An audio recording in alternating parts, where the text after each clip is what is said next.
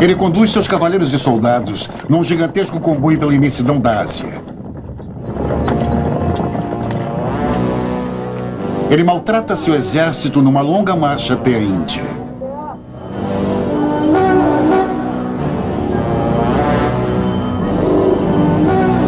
Onde ele arma acampamento, rege total obediência nos desertos egípcios, nas estepes do Cáucaso, nas planícies da Mesopotâmia e nos planaltos do Afeganistão.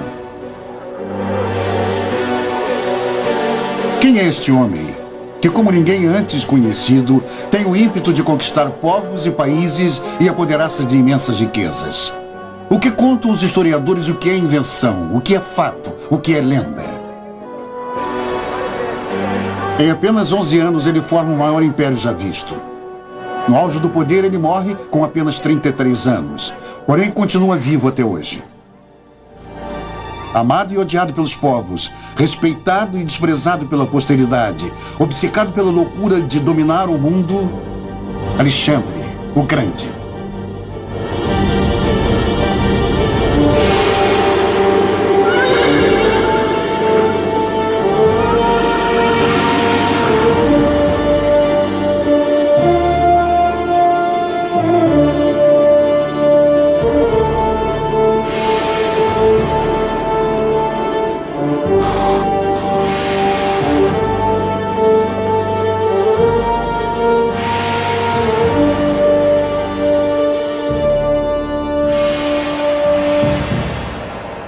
Atenas, o centro do Estado grego.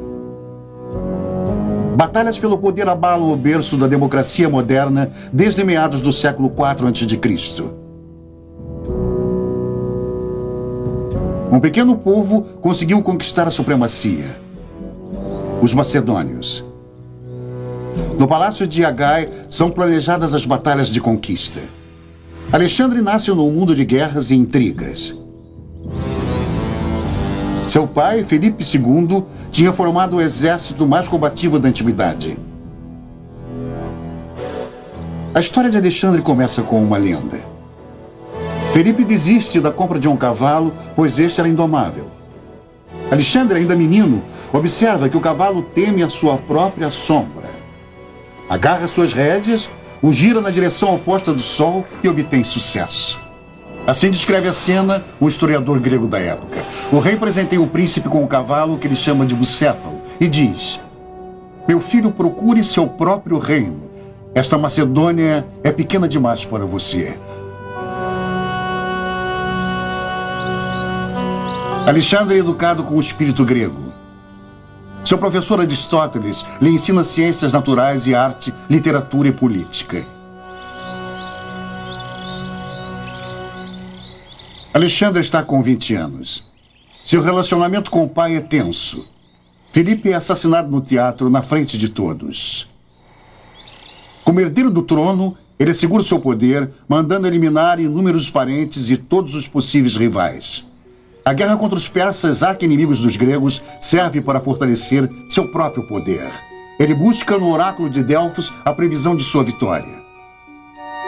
A sacerdotisa se nega a recebê-lo neste dia e ele força sua entrada no templo. Ela grita com raiva: "Você é imbatível." Ele transforma a palavra em invencível. Na primavera de 324 a.C., ele parte para leste, liderando 60.000 soldados em direção ao futuro inicial.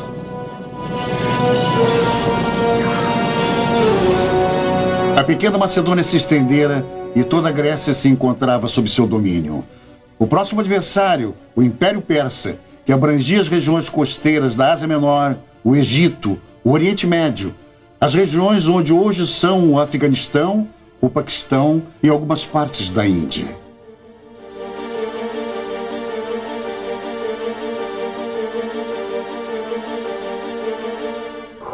Com a lança, ele toma posse de Troia. E com a espada, ele divide o nó górdio. O nó górdio unia de maneira insolúvel o jugo do varal da carruagem real de Górdio. O oráculo prometia àquele que conseguisse desfazer o nó de Górdio o poder sobre toda a Ásia. Alexandre destrói o nó. O caminho para a Ásia está livre. Alexandre conduz seu comboio para sudeste. o grande monarca Dario sai da Babilônia ao seu encontro. No ano de 333 a.C. tem início a grande batalha de Sus. Alexandre se arremessa contra o inimigo cujo exército é 10 vezes superior.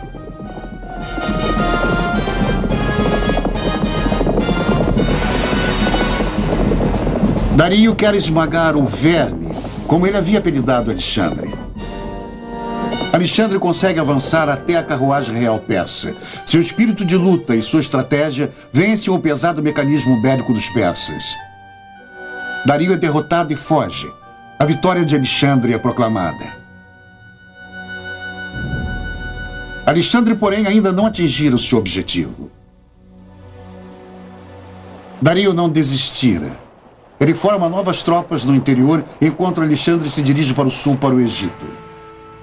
O reino dos faraós se encontra sob jugo persa. Alexandre se aproveita desta situação e chega como libertador e não como conquistador.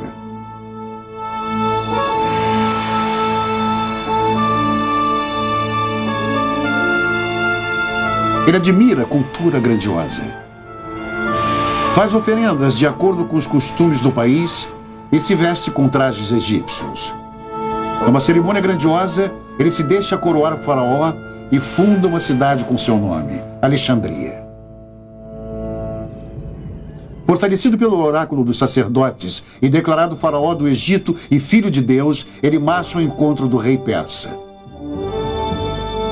Narra-se detalhadamente sobre suas decisões desde muito jovem, sua bravura e seus atos heróicos.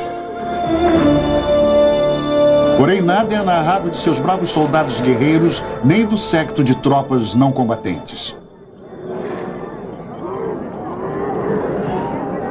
De onde vem a água e os alimentos? As roupas e os utensílios dos acampamentos? Como é possível manter milhares de pessoas e animais vivos nos longos trechos de marcha pelo deserto? 4.000 animais de carga realizam o transporte. Camelos são os mais indicados, pois são resistentes, podendo ficar até 10 dias sem água. Diariamente são necessários 80.000 quilos de cereais para suprir as necessidades de homens e animais.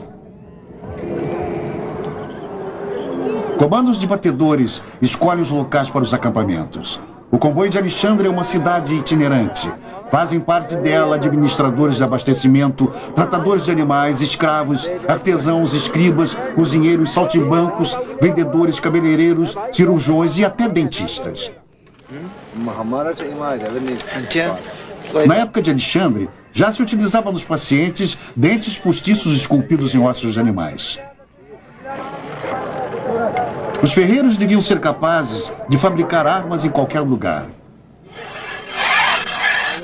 Antes de cada batalha, as espadas eram afiadas.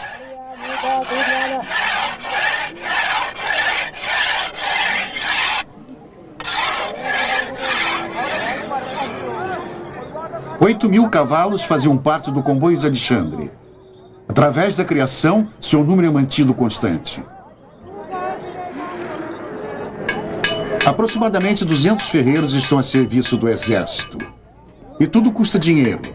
Os artesãos, as provisões e tudo que é necessário para complementar a maquinária bélica. Alexandre precisa da próxima batalha para ter lucro.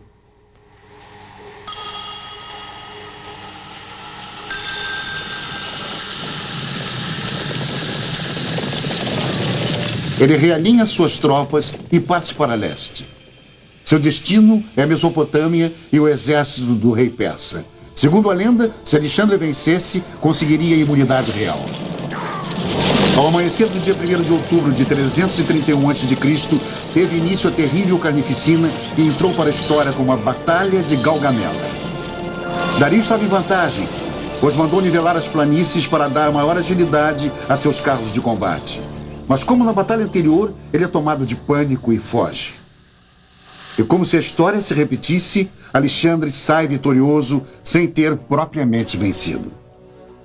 As maiores vitórias de Alexandre são vitórias presenteadas. Ele é proclamado rei da Ásia por seu exército.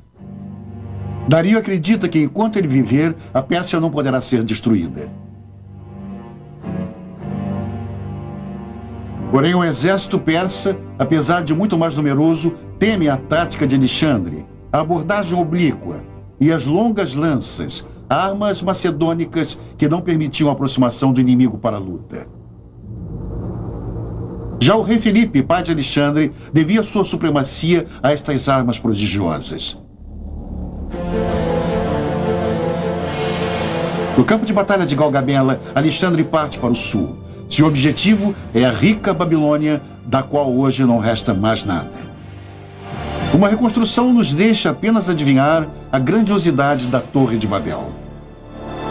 Os gregos admiram a maior cidade do Oriente Médio. Em marcha triunfante, Alexandre entra na cidade.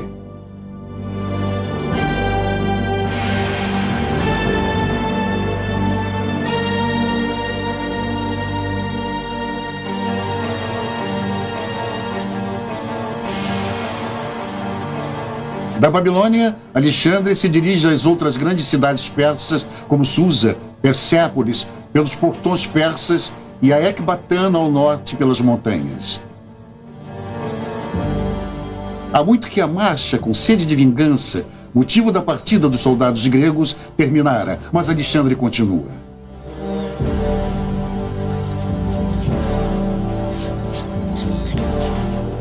Segundo descrições, Alexandre era baixo e sempre inclinava a cabeça por causa de uma doença dos olhos. Obcecado pela ideia de apoderar-se de terras desconhecidas ao leste, ele continua sem descanso, como se não houvesse retorno.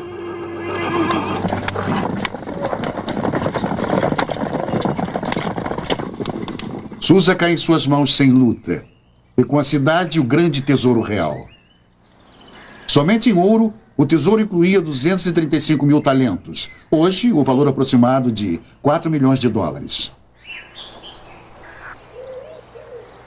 As cidades se abrem para Alexandre, mas o país fecha os portões de entrada para o Planalto Central persa.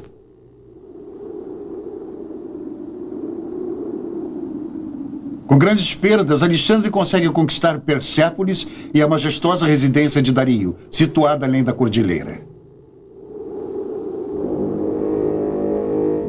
Um relevo em Persépolis mostra uma delegação de Bactria, hoje Afeganistão, a caminho de uma audiência com o monarca. Os relevos dos muros da cidade são documentos da história da antiga Pérsia. Os guardas de Dario desertam, passando para o lado de Alexandre. Ele ocupa o trono do monarca persa e assume o cerimonial da corte.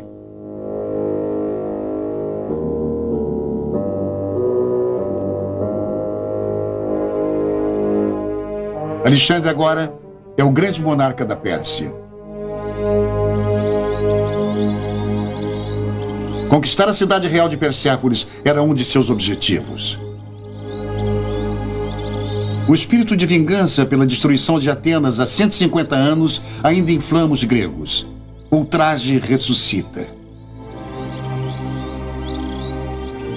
Persépolis era a cidade mais suntuosa da Pérsia. A fachada do palácio de Dario I era enfeitada com tijolos esmaltados, segundo a descrição de um contemporâneo. Um muro de 7 metros de altura, composto de tijolos e pedras, circundava a cidade para tornar a Pérsia forte por todos os tempos. O historiador da antiguidade estava equivocado. Os soldados de Alexandre querem a sua parte da rica conquista. Então, sob forte pressão, a cidade é liberada à pilhagem. Com incêndio sem igual na história, o nascimento de um novo império deve ser comemorado.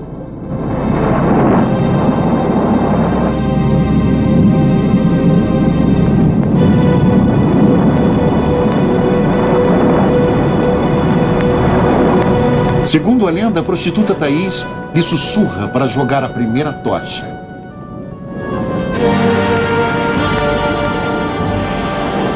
Persépolis é consumida pelas chamas. No dia seguinte, Alexandre está abalado pelo seu ato irresponsável. Horrorizado, ele observa as ruínas fumegantes, compreendendo que tinha destruído seu próprio palácio.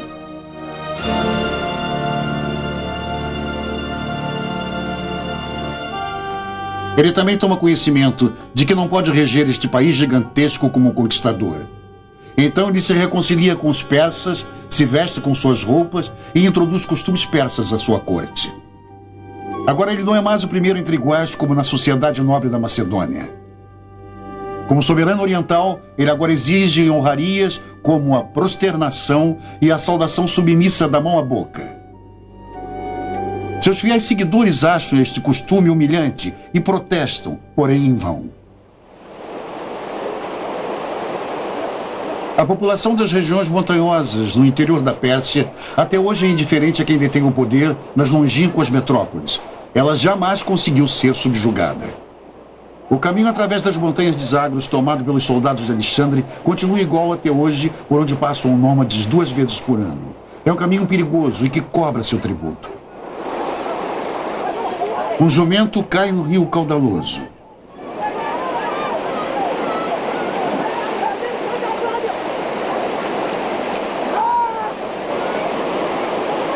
A carga pode ser salva, porém, o animal está morto.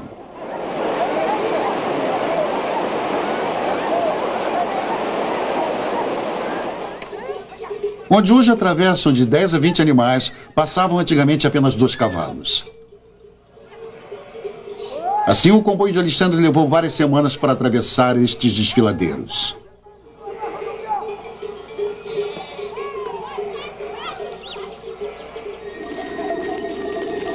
Um desfiladeiro ao norte da Pérsia, perante a cidade de Ecbatana.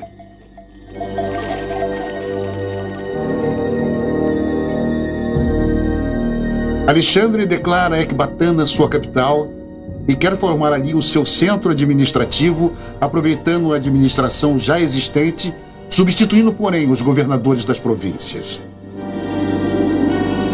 Com o tesouro conquistado, ele manda cunhar uma moeda única que deve ser introduzida, dando início à reforma econômica do Império. Alexandre declara que a missão grega está concluída e demite os veteranos, mas muitos não querem voltar, apesar de 5 anos em guerra. Eles se alistam como mercenários. Na chancelaria de guerra também são redigidos os diários da marcha de Alexandre. Como senhor absoluto de um estado formado por muitos povos, Alexandre tinha 2 objetivos: utilizar o aparato do poder persa e, ao mesmo tempo, fixar o domínio da nobreza greco-macedônica. Por fim, apenas 1/4 de seu exército é composto por macedônios e gregos. O seu comboio é marcado por características orientais.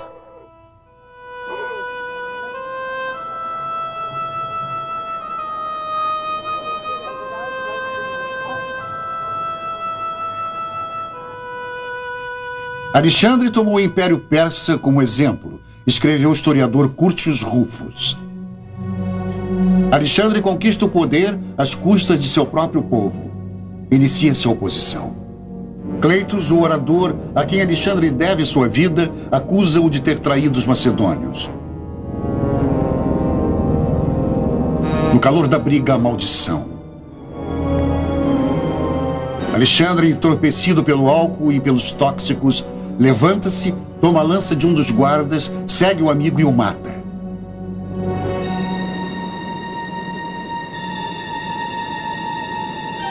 Assustado com o que acabara de fazer, é salvo no último instante antes de cometer suicídio.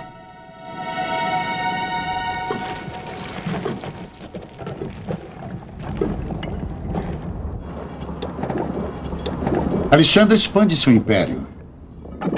Fundar cidades faz parte de sua política. Feridos e veteranos que não podem mais lutar são estabelecidos. Guarnições são erguidas.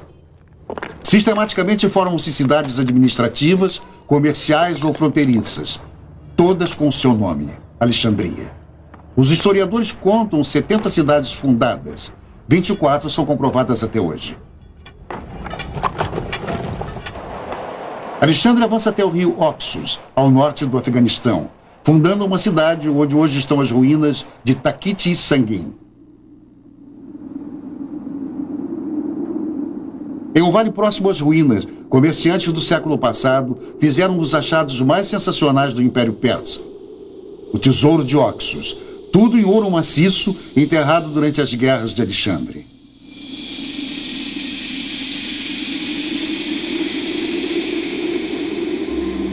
A peça mais suntuosa era uma carruagem de guerra que, como todas as outras peças, provém do templo de Takiti Sangin.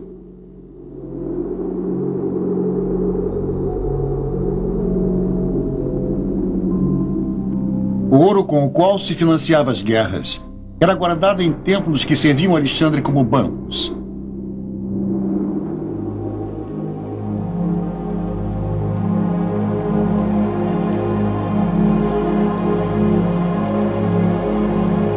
Estes depósitos estavam espalhados por todo o Império.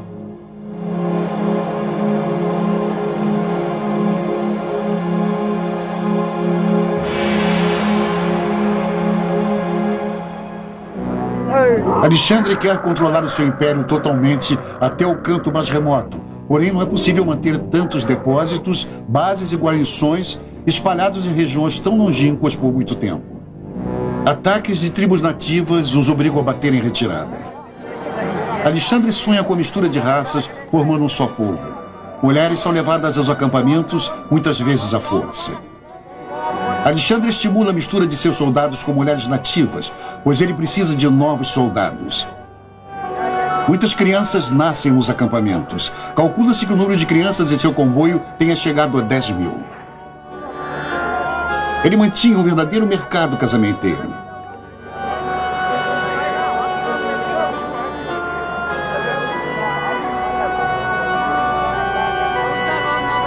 Mais de 10 mil macedônios tinham se juntado com mulheres asiáticas. Segundo a lenda, Alexandre, que não demonstrava muito interesse por mulheres, se apaixonou perdidamente por Roxane, uma princesa afegã. Na legendária cerimônia de casamento em massa de Susa, celebrou-se o casamento de 1000 soldados com mulheres nativas de uma só vez. Das montanhas e dos desertos da Pérsia, avança-se em direção às estepes ao norte. Seus habitantes resistem às investidas de Alexandre. Segundo a lenda, esta é a terra das Amazonas. A tribo de mulheres guerreiras desafia Alexandre para uma batalha.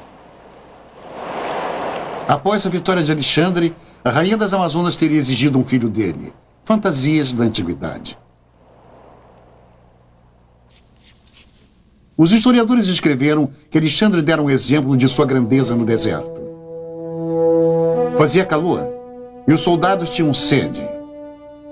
Alguém entregou a Alexandre um elmo com água. Ele, porém, derrama a água na areia, dizendo: "Como eu posso beber se meus soldados não têm nada para beber? Altruísmo, simpatia ou apenas um ato calculista para unir as tropas a ele?" Elefantes que, por sua natureza, são inaptos para subir em montanhas, são úteis ao exército de Alexandre. 100 anos antes de Aníbal cruzar os Alpes, eles atravessaram penosamente as montanhas que separam o Afeganistão da Índia.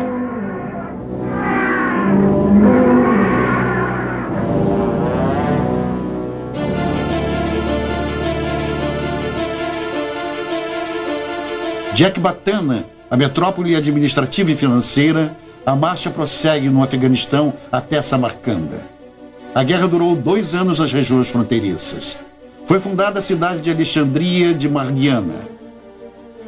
No ano de 327 a.C., continua-se a marcha para o norte da Índia, hoje o Paquistão, atravessando as montanhas do Indo-Custão. Alexandre esperava ver o oceano do cume mais alto, de acordo com a imaginação grega, o fim do mundo.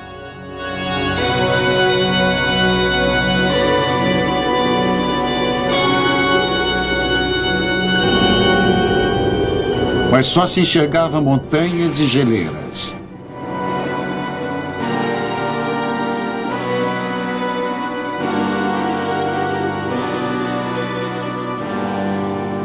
O exército começa a descer as montanhas sem nenhuma orientação geográfica.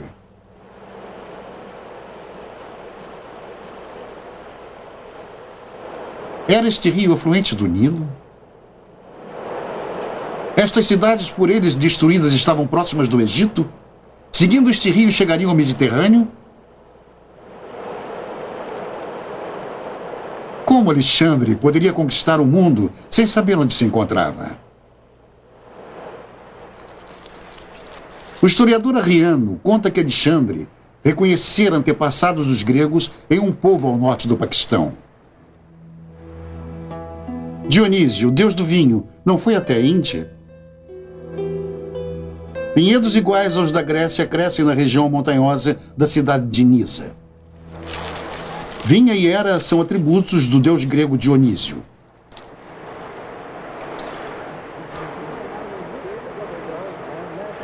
A paisagem lembra-lhe o idílio da pátria macedônica. Nas histórias narradas pelos Kalashi, um povo do Paquistão preso a antigas tradições, o comboio de Alexandre permanece vivo até hoje. Eles acreditam que os soldados greco-macedônicos sejam seus ancestrais e dos quais eles sentem muito orgulho. Já na chegada de Alexandre, eles lhe asseguram que o deus Dionísio tinha fundado suas cidades e povoados. Com música e vinho, faz-se uma festa. Alexandre ratifica o cargo do rei dos Kalashi. Alexandre faz uma oferenda a Dionísio. Muitos macedônios coroam-se com Hera e se extasiam.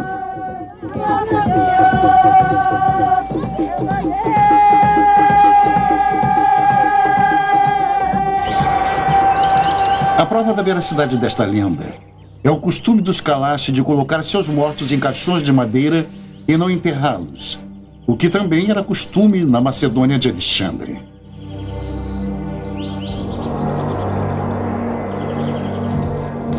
Chega ao fim a primavera do ano de 327 a.C.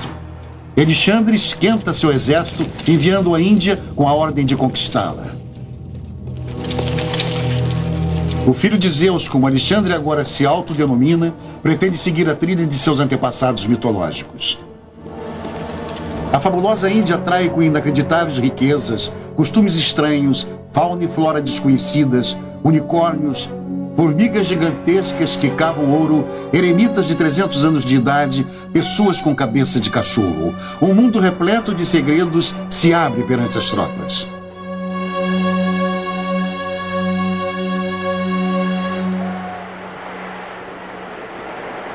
Nas férteis planícies, Alexandre se apodera de 230 mil cabeças de gado. Numa ação audaciosa, ele envia os melhores exemplares à Grécia para sublimar a criação de gado na Macedônia.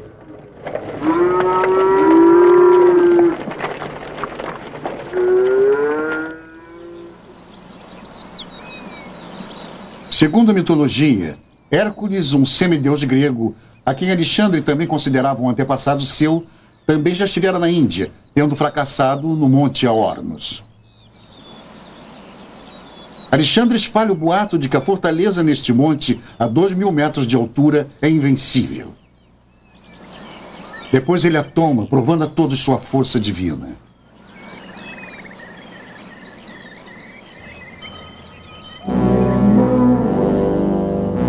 Continua a descida, extremamente penosa em direção ao vale.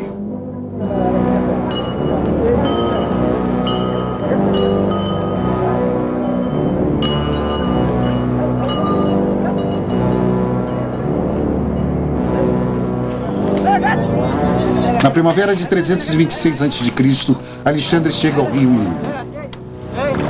Como saudação, o amistoso príncipe hindu Taxílis lhe envia tantos elefantes que os macedônios pensam se tratar de um ataque. O exército atravessa o rio de 1 quilômetro de largura.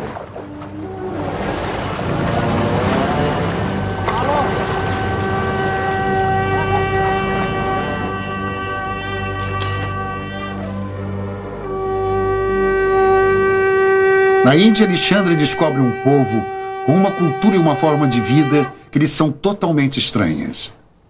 Ele está fascinado com as pessoas que sempre estão orando e meditando, levando uma vida modesta. Taxila, ao norte do Paquistão de hoje, é o centro cultural mais importante da Índia. O príncipe Taxílis, dedicado a Alexandre, continua soberano em seu reino. As ruínas da cidade dão testemunho de sua grandeza. Os soldados de Alexandre temem as cidades. O historiador Heródoto não havia narrado coisas terríveis? Os hindus, escreveu ele, têm o seguinte costume. Quando um homem está doente, os amigos o matam e comem-no. Com uma mulher se faz o mesmo. E quando alguém está velho, faz-se uma oferenda com ele e depois também é comido. O medo de encontrar canibais na Índia é sem fundamento. Gregos e hindus, lado a lado, resultam numa única união, a chamada cultura Gandhara. Canteiros indianos esculpem a história do cavalo de Troia. Cassandra, que prevê um desastre, grita o seu aviso.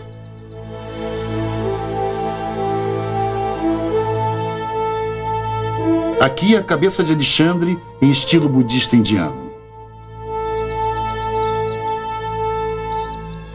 Alexandre quer o poder sobre toda a Índia. Ele não admite que jamais será possível dominar aquele mundo estranho.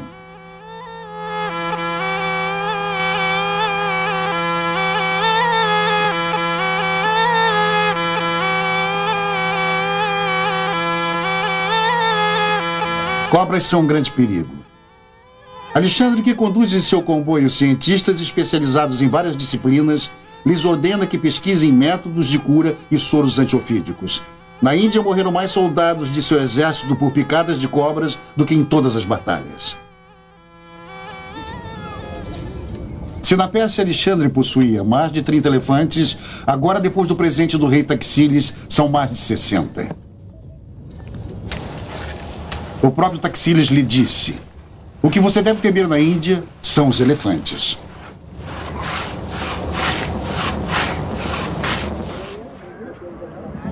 A monção, o calor e a ameaça de um inimigo superior fazem a coragem e a energia desaparecer.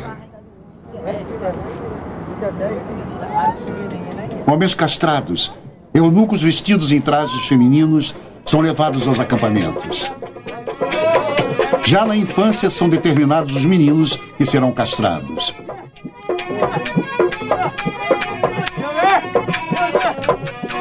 Hoje, como antigamente, artistas para diversão. Festas com danças e bebidas devem levantar o moral das tropas que estão marchando há quase uma década. Alexandre contratou pesquisadores gregos e indianos para estudarem o potencial de aprendizado dos elefantes e a sua utilização nas guerras. Os elefantes tomam banho diariamente, pois sua epiderme é extremamente sensível. Seu cérebro é capaz de distinguir 25 comandos, como, por exemplo, remover obstáculos ou impedir a passagem do inimigo.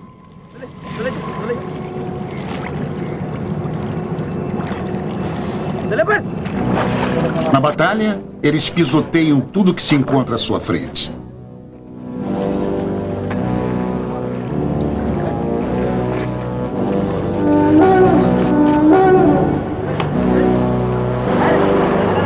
A monção começou em junho de 326, quando Alexandre reúne seu exército às margens do rio Hidaspe, contrata o rei hindu Poros. O início da última grande batalha. A defesa de Alexandre simula que eles ainda estão acampados de um lado do rio. Enquanto isso, Alexandre já cruzou o rio 30 quilômetros acima, às escondidas, podendo atacar o acampamento de Poros de surpresa.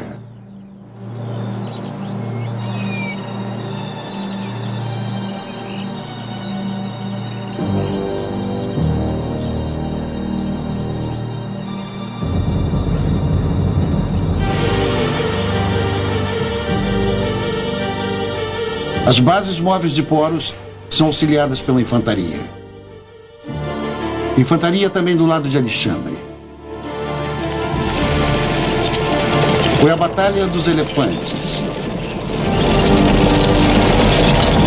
Alexandre não tinha nenhuma chance contra um número muito maior de elefantes de Poros.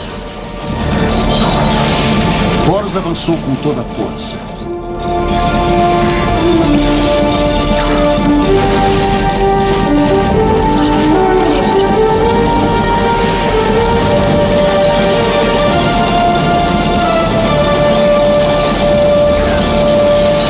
Alexandre utiliza a cavalaria, inicia-se o momento decisivo.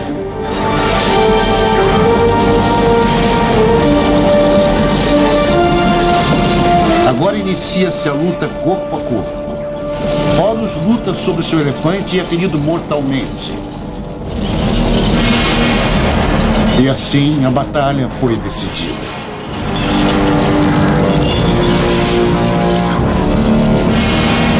Bucéfalo, o cavalo com o qual Alexandre cavalgou até a Índia, morre no campo de batalha. Neste local, Alexandre funda, em sua honra, a cidade de Bucéfala.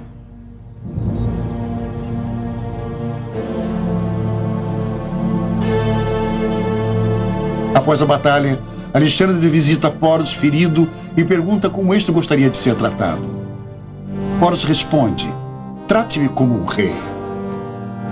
Alexandre aceita, não por generosidade, mas sim por cálculo político, pois sabe muito bem que seu poder fracassaria sendo ele um estranho na Índia.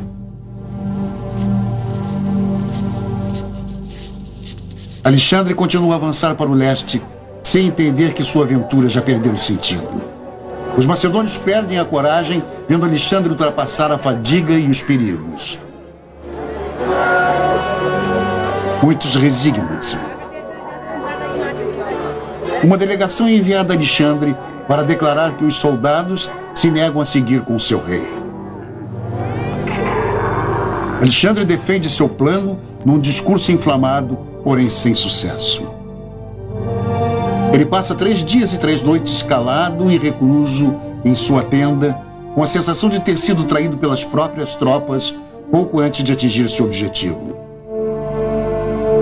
No 4º dia, ele diz que um oráculo o aconselhara a retirada. A notícia se espalha rapidamente. Ninguém se atreve a acreditar que após 11 anos a guerra tenha realmente terminado. Armadores fenícios são trazidos para construir uma frota de 1000 navios. Sobre as águas ou pelas margens, se inicia a descida para o sul pelo vale do rio Indo. Na foz de 2 rios, acontece um acidente com a barca real que vira nas corredeiras. Alexandre se salva, nadando para a margem. A marcha de guerra continua com extrema brutalidade. Alexandre vence a tribo dos Malas, mas não consegue conquistar sua capital. Aquele um rei se joga a seus pés. A vitória tem que ser conquistada com muito sangue. Alexandre ordena a colocação de uma escada no muro da fortaleza. Ainda no comando, ele sobe impetuosamente. Com o peso dos outros soldados, a escada quebra e Alexandre pula para dentro da fortaleza. Cercado por inimigos, ele é atingido no peito por uma flecha. Seus soldados o salvam no último minuto. Alexandre, gravemente ferido, é levado para um local seguro. Logo, ele ordena o prosseguimento da marcha. Em 1 semana, ele já está cavalgando. Ele vai conquistando as cidades do sul do Vale do Rio Indo. Sob a pressão do inimigo, a antiga coragem volta a inflamar seus soldados. Agora, porém, com uma nota de desespero. Para que as conquistas? Por que Alexandre permitiu a morte de 7.000 pessoas para conquistar a cidade de Santana? Para que a destruição de uma grandiosa cultura e uma região impossível de manter? Alexandre organiza sua retirada.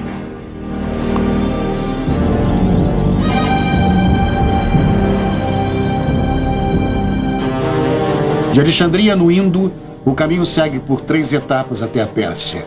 A primeira ao norte, diretamente para o oeste. A segunda passa pela cidade de Patala até a foz do Indo, depois atravessando o deserto. A terceira etapa segue de navio, costeando o Golfo Persa.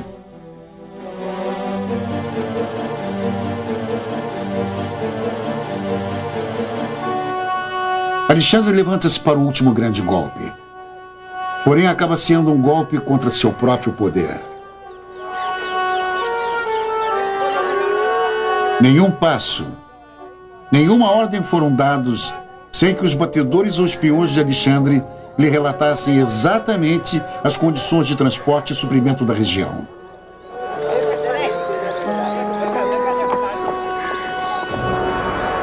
Mas agora ele ordena a marcha pelo deserto, sabendo que é uma marcha para a morte. A punição de Alexandre. Vingança àqueles que ele acredita terem o traído na Índia. O líder conduz seus próprios homens à destruição. 3/4 do comboio não sobrevivem à marcha de 60 dias.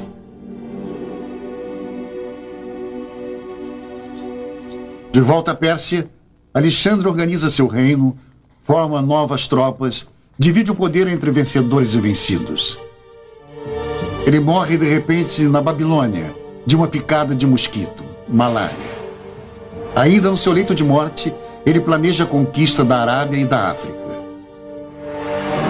A Babilônia seria o centro de sua vida, mas foi a última estação de seu domínio. Um domínio marcado pela obsessão, pela teimosia, pela barbárie, pela loucura. Seguiram-se 100 anos de guerras. Nas lendas dos povos, ele continua vivo como um general, brilhante como príncipe da paz entre o Ocidente e o Oriente, como difusor da cultura grega e de uma nova era da humanidade.